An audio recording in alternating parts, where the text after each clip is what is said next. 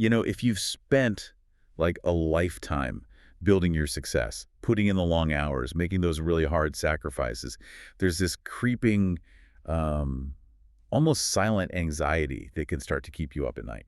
Yeah, absolutely. It's a very real feeling. Right. It's this realization that all of it, I mean, the numbers on a screen, your stock portfolios, all that digital equity, Hmm. it can actually feel incredibly fragile. Oh, for sure. It's just so extracted now. Exactly. We live in an era where you can spend decades building a legacy and then, a systemic crisis hits. Or banking sector wobbles Yeah, or a more. global supply chain completely freezes up.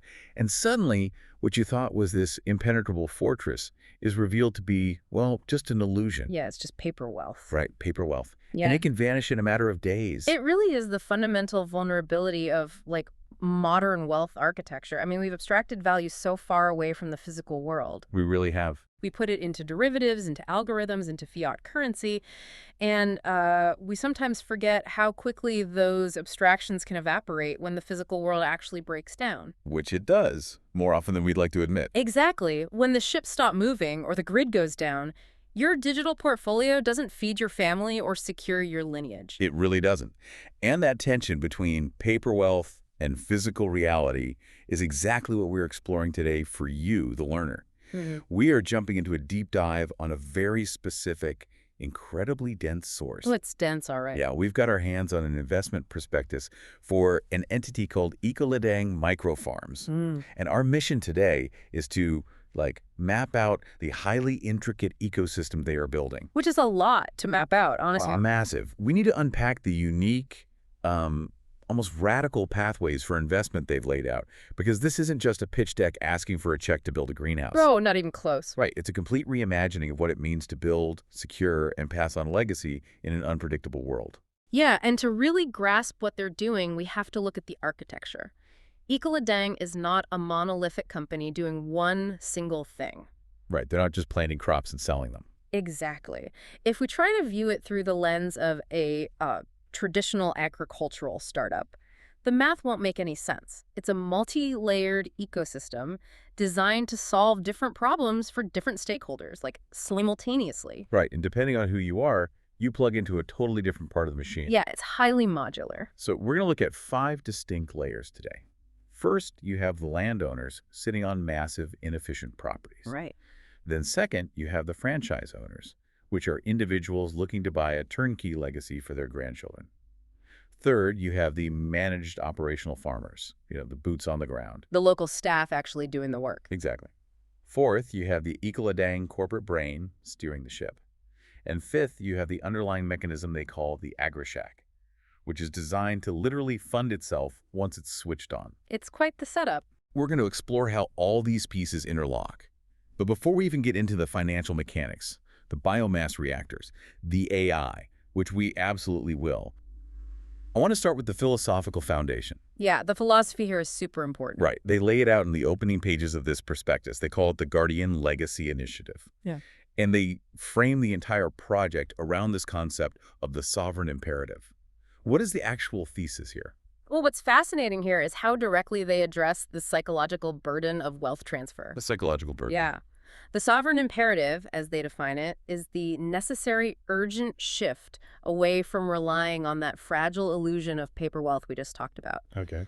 It's the drive to anchor a family's lineage in physical, hard, productive assets. They're talking about resilient infrastructure like water, energy, food production. Things that people actually need to survive. Exactly. Things that cannot simply be erased by inflation or a market downturn or, a currency devaluation. So they're making a macroeconomic argument. Right. They're arguing that true multi-generational security cannot exist purely in the digital realm.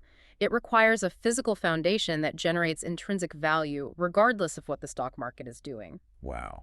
And they tie that macroeconomic argument directly to human psychology, too. They do, yeah.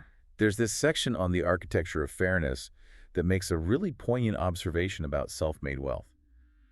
The prospectus notes that self-made wealth is almost always born from intense sacrifice. Right, the late nights, the stress. Exactly.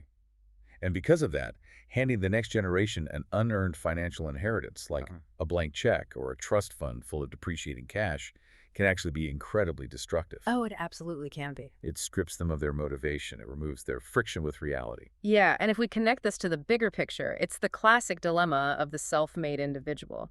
Every culture has a variation of the proverb, shirt sleeves to shirt sleeves in 3 generations. Oh, right. Where the first generation builds it, the second generation maintains it. And the third generation completely consumes it. Yeah, right. You desperately want to provide for your children, but you're terrified of ruining their drive. Exactly. And Ecoladang is positioning their ecosystem not just as a financial return, but as a structural solution to that exact psychological dilemma. Okay, let's unpack this. Because it sounds like the difference between handing your kid a winning lottery ticket versus handing them the keys to a working factory and the operating manual. That's a perfect analogy. Right. One is just a sudden windfall of liquidity that they didn't earn and honestly have no context for managing. Yeah, they just blow right through it. But the other is a tangible responsibility. It's a living, breathing operation that requires them to show up, understand the mechanics, and actively steward the asset. Right. They're saying, look, we're not offering a speculative venture to juice your portfolio, and we're not offering a vehicle to just dump cash on your kids. They're offering a stewardship masterclass. Exactly. An active, living masterclass in hard work and sustainable business management. And that distinction explains why Ecoladang is so notoriously particular about who they partner with. Oh, really? They're picky about investors. Very. The text explicitly states they seek partners who share a generational vision.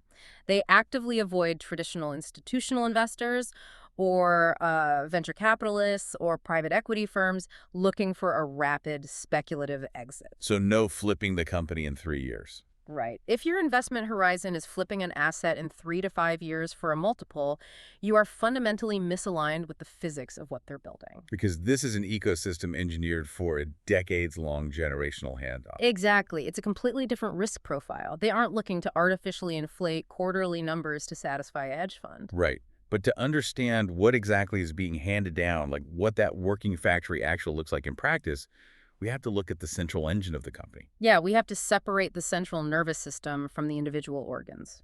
Right. So let's talk about that corporate layer. How does Ecoladang corporate actually function? Well, Ecoladang Corporate functions as the steering wheel and the brain of the entire global operation. They hold the patents. Okay, so they own the IP. Yes. They provide the physical technology, the biological processes, and the strategic oversight. They are the entity that guarantees standardized profitability across thousands of fragmented locations by managing the underlying complexity. So they're kind of the mothership. Basically. Yeah, But the actual revenue, the heartbeat of the entire system, happens in what they call the agri-shacks. And the prospectus dedicates a massive section to their funding philosophy, which they call seeding the engine. right, seeding the engine. And they make a claim here that seems wildly counterintuitive for modern ag tech. They state that every single Ecoladang agri-shack in EcoFarm is designed as a standalone commercial entity that, once ignited, generates its own capital to fund future projects directly. Yeah, it's a radical departure from the Silicon Valley model of agriculture. How so? Well, traditional ag tech usually requires constant burning infusions of venture capital just to survive the operational overhead. Ecoladang's architecture is designed to be thermodynamically and economically self-sustaining. Thermodynamically self-sustaining. Yeah, the agri-shack isn't just growing high-value crops. It's engineered to generate an immediate economic surplus that acts as its own growth engine, independent of outside capital markets. But hold on, running an off-grid, multidisciplinary farm in a remote location is brutally complex. Oh, it's incredibly difficult. Right. You have weather volatility, biological contamination risks, energy load balancing. How do they manage that complexity at scale without the whole thing collapsing under its own weight? Well, the text points to a system they call SAIs. The sovereign artificial intelligence space. Right. This is the technological brain provided by the corporate layer. It's an on-site, hardened, edge computing AI data center. Okay, an on-site AI. And it does not just passively monitor the soil moisture or the ambient temperature. The text explains that it learns and optimizes through real-time, AI-driven, standard operating procedures. So what does that actually look like in practice? Because, AI-driven SOPs just sounds like corporate buzzword bingo to me. Fair point. Let's ground it in a highly specific example based on the mechanics in the text. Imagine one of their high-yield mycelium units. A specialized mushroom farm. Exactly. Mycelium is incredibly sensitive to microclimate fluctuations. If the ambient temperature drops by, say, 1.5 degrees and the humidity spikes, A traditional farmer might not even notice right away. right, they might not notice until the crop yield is already compromised. But the SESICE data center, which is physically located on the farm, detects that microfluctuation instantly. Wow, instantly. Yes, it cross-references that data with localized satellite weather patterns predicting a cold front and autonomously triggers a subsurface biomass burn to adjust the ambient heat. Oh, so it physically changes the environment. Exactly. Yeah. It stabilizes the humidity in the grow room, preserving the crop yield, while the human franchise owner is asleep thousands of miles away. Okay, so it's essentially removing the human error from the operational minutia. It ensures that the unit stays highly profitable without requiring the investor or the local farmer to have, like, a PhD in agronomy.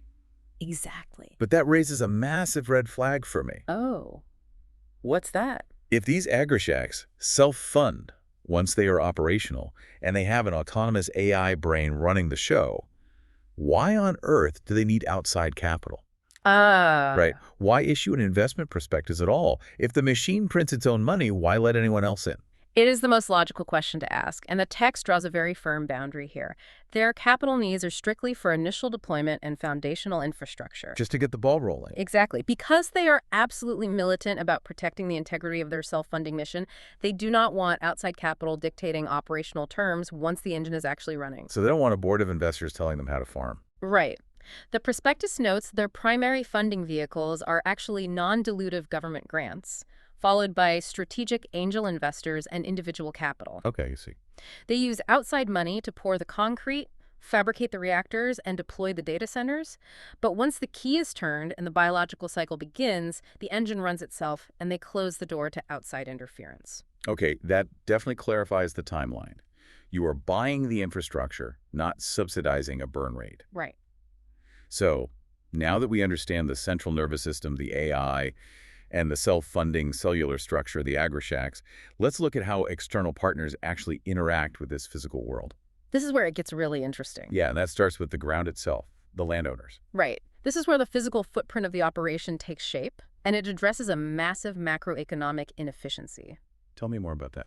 Well, the prospectus outlines strategic partnership opportunities specifically tailored for large-scale landholders.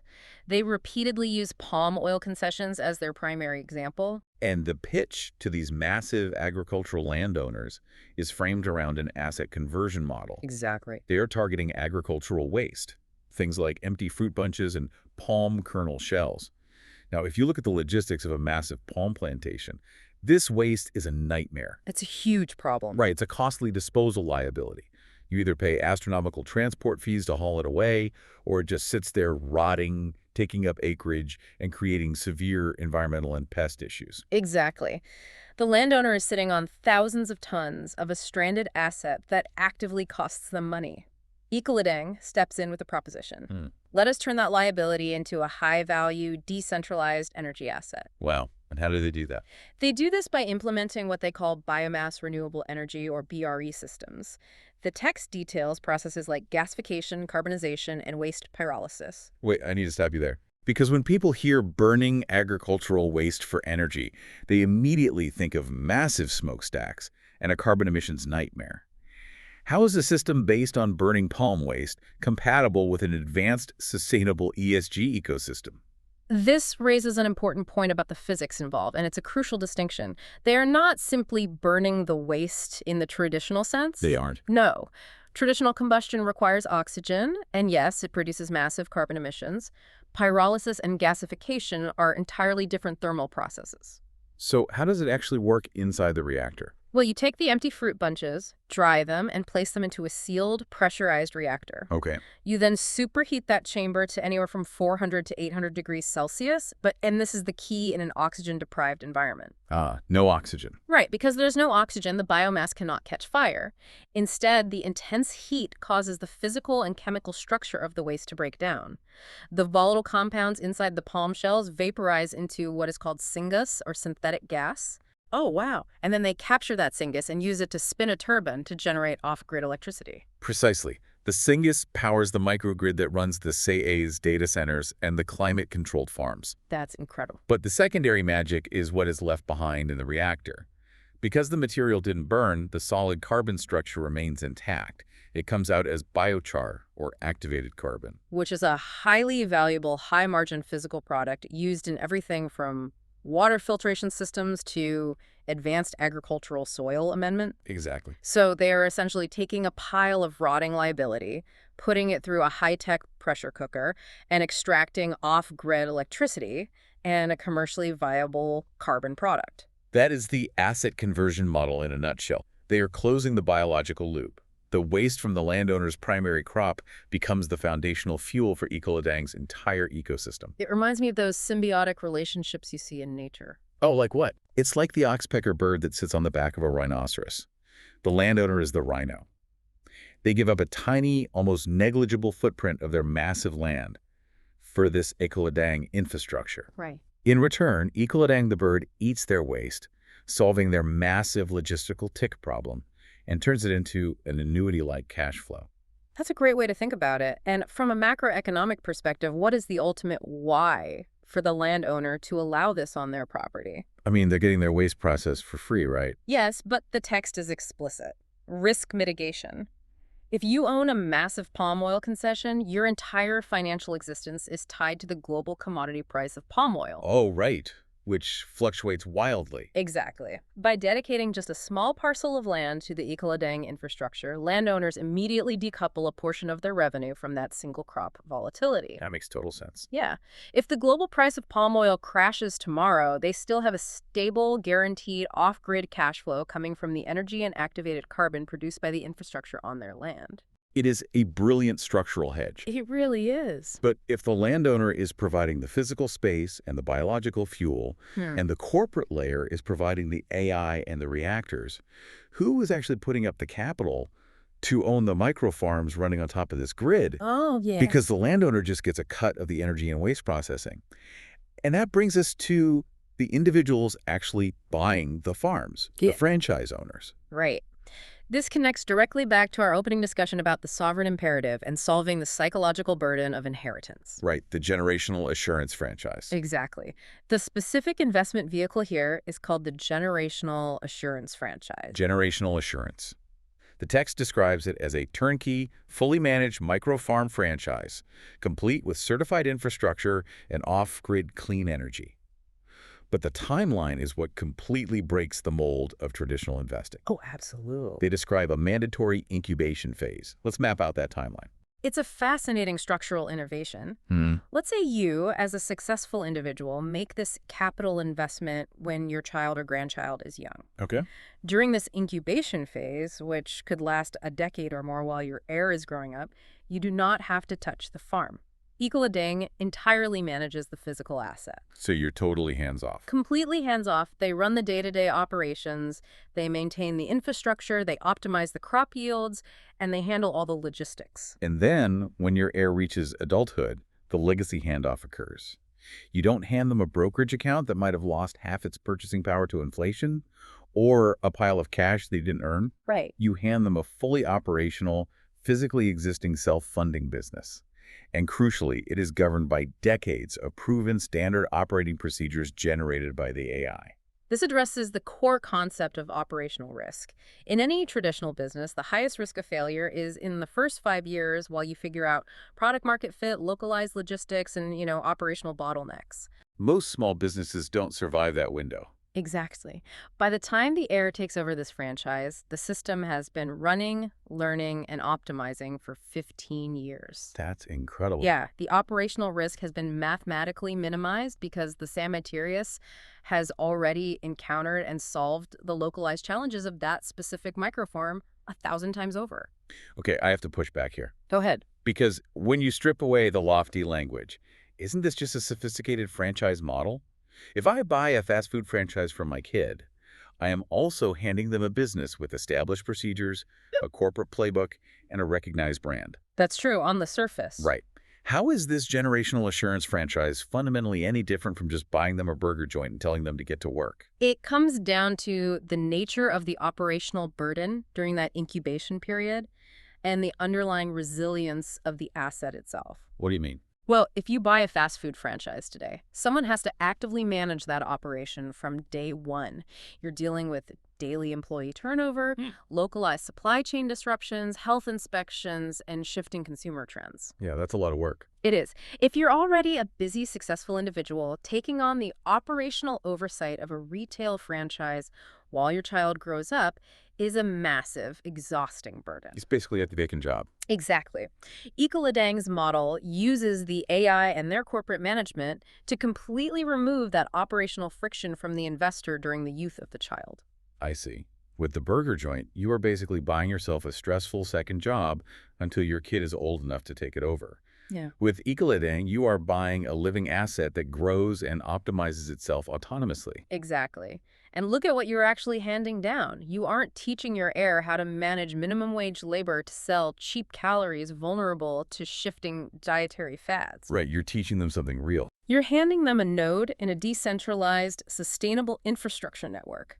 They learn how to manage hard assets, energy production, community integration, and physical sustainability. That is the active masterclass in stewardship the text promised. Which brings up a glaring operational question. Oh! If the franchise owner is sitting in a penthouse in Singapore or London, just holding the asset for their heir, and the Ecoladang corporate layer is providing the AI brain in a data center who is actually on the ground getting their hands dirty. Yeah, somebody has to do the physical work. Right, because the AI might be brilliant, but a server rack cannot harvest a mushroom, and an algorithm cannot fix a jammed conveyor belt. And that brings us to the operational reality on the ground. The managed operational farmers, this is the local staff contracted to work on behalf of the franchise owners. Yeah. And the prospectus frames the funding and management of this labor force under impact capital and social return on investment, or SROI. Now, SROI and ESG, environmental, social, and governance, are terms that usually make my eyes glaze over because they are so often just corporate greenwashing. Oh, absolutely. It's a huge buzzword problem. But the way they approach it here is anchored in a concept they call skill sovereignty. This is where Ecoladang's ESG mandate actually translates into hard operational strategy.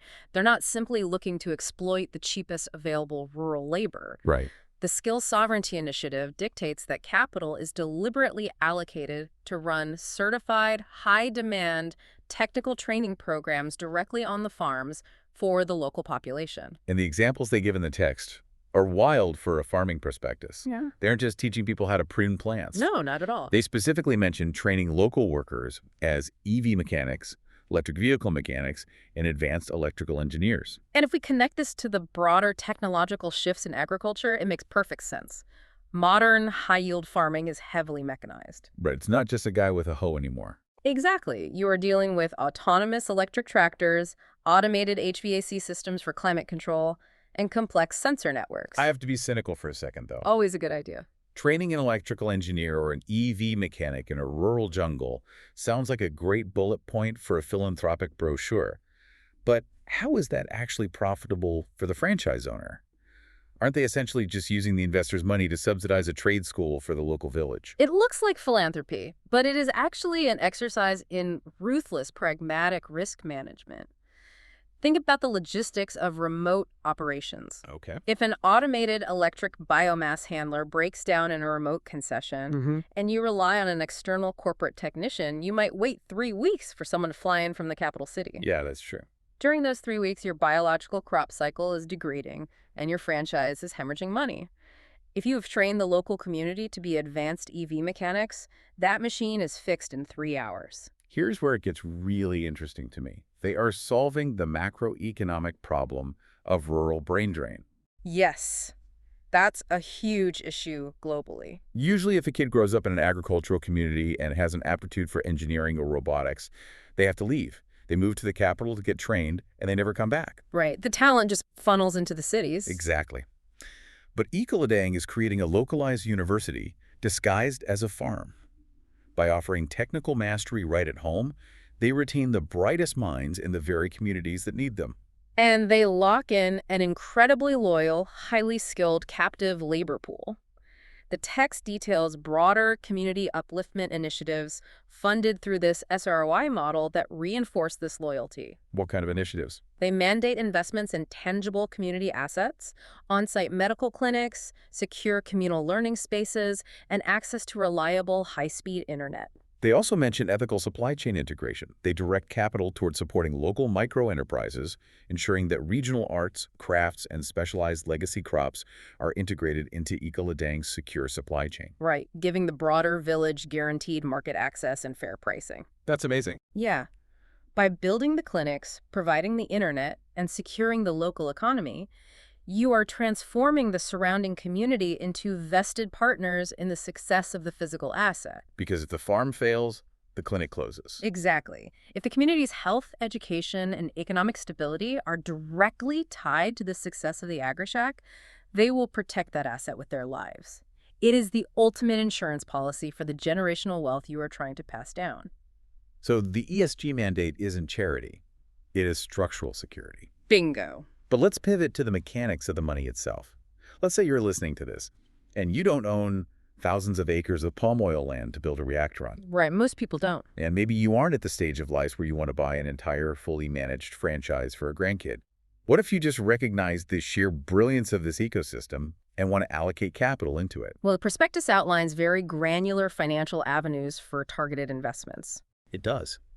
They break down the investment opportunities for financial backers into specific categories, allowing sophisticated investors to target precise risk profiles, timelines, and asset classes. Right. The two primary categories they define are CapEx, capital expenditure, and OpEx, operational expenditure.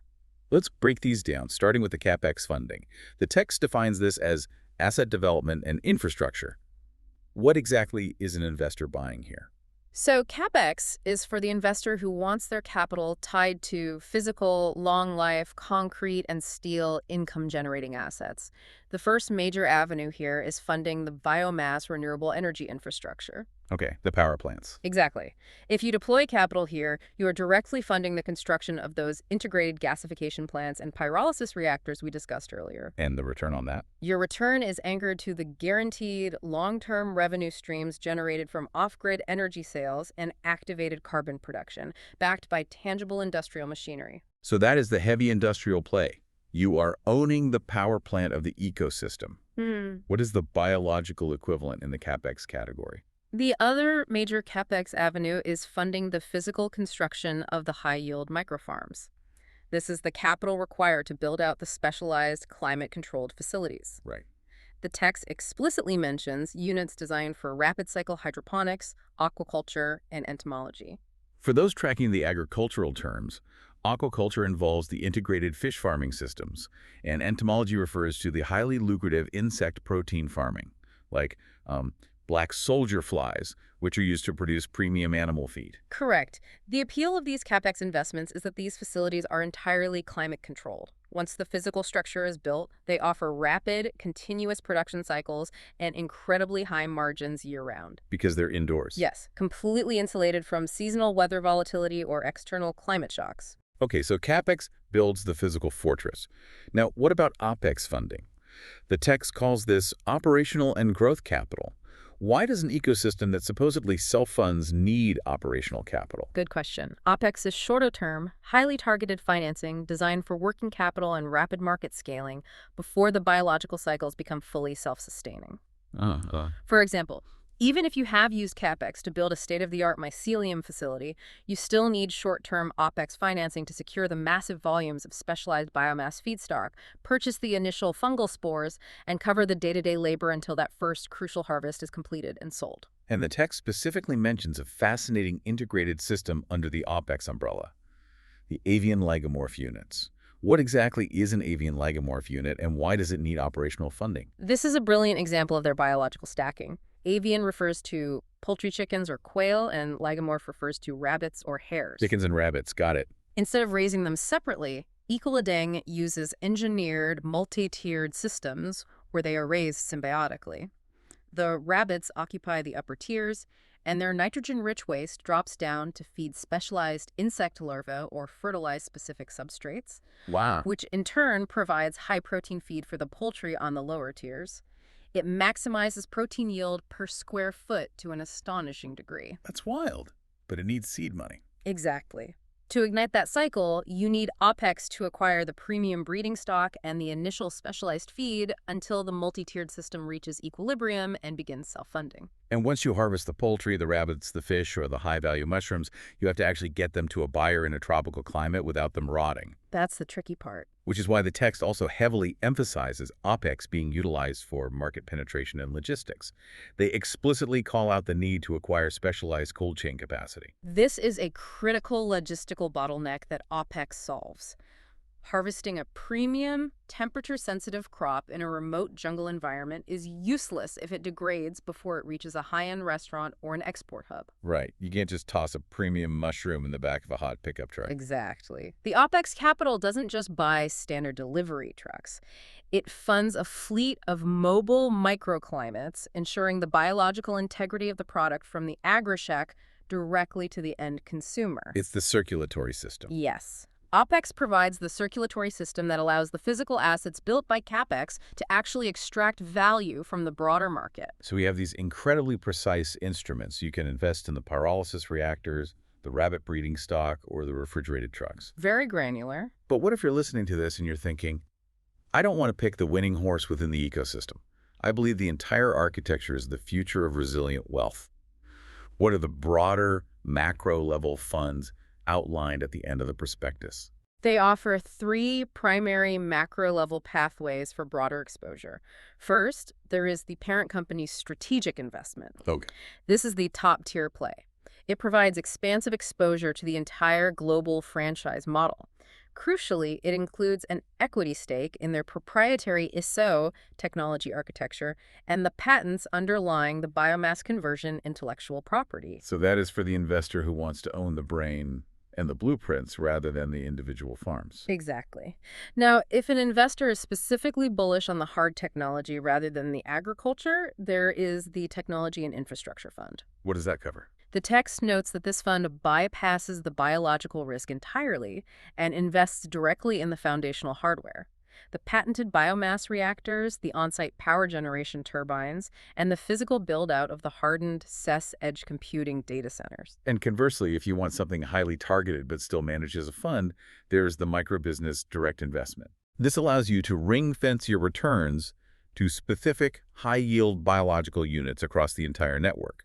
You could allocate capital and say, I only want my returns tied to the aggregate output of the mycelium farms globally, or the avian legomorph units. Exactly. It's truly remarkable when you step back and look at the sheer elegance of how all these isolated gears mesh together into a single, unkillable machine. It really is. Think about the flow we just mapped out. The massive landowners provide the biological waste, which solves their biggest logistical liability and hedges their commodity risk. Right. The corporate AI provides the flawless operational procedures and the heavy tech.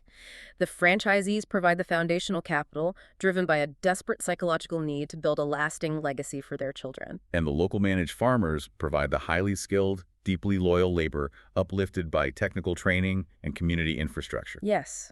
And the agri-shack itself digests all of these inputs, produces off-grid energy and premium food, and mathematically self-funds the future. It is a completely closed-loop, thermodynamic marvel. It is a masterclass in systems design.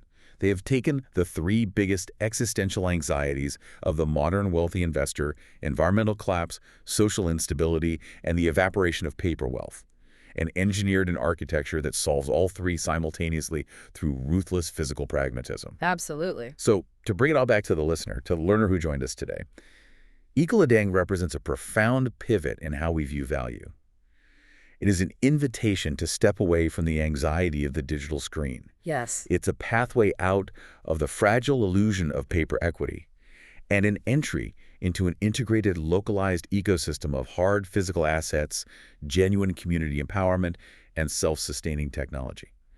It challenges the very definition of what wealth actually is, and more importantly, how it survives the chaos of the real world. And as we conclude, there is one final, almost hidden detail buried in the text regarding the SIs, the sovereign artificial intelligence space, that I think requires a moment of deep reflection. Oh, really? What's that? Well, we discussed how this hardened edge computing data center sits on the farm, running the AI that manages the crops and the power grid. Right.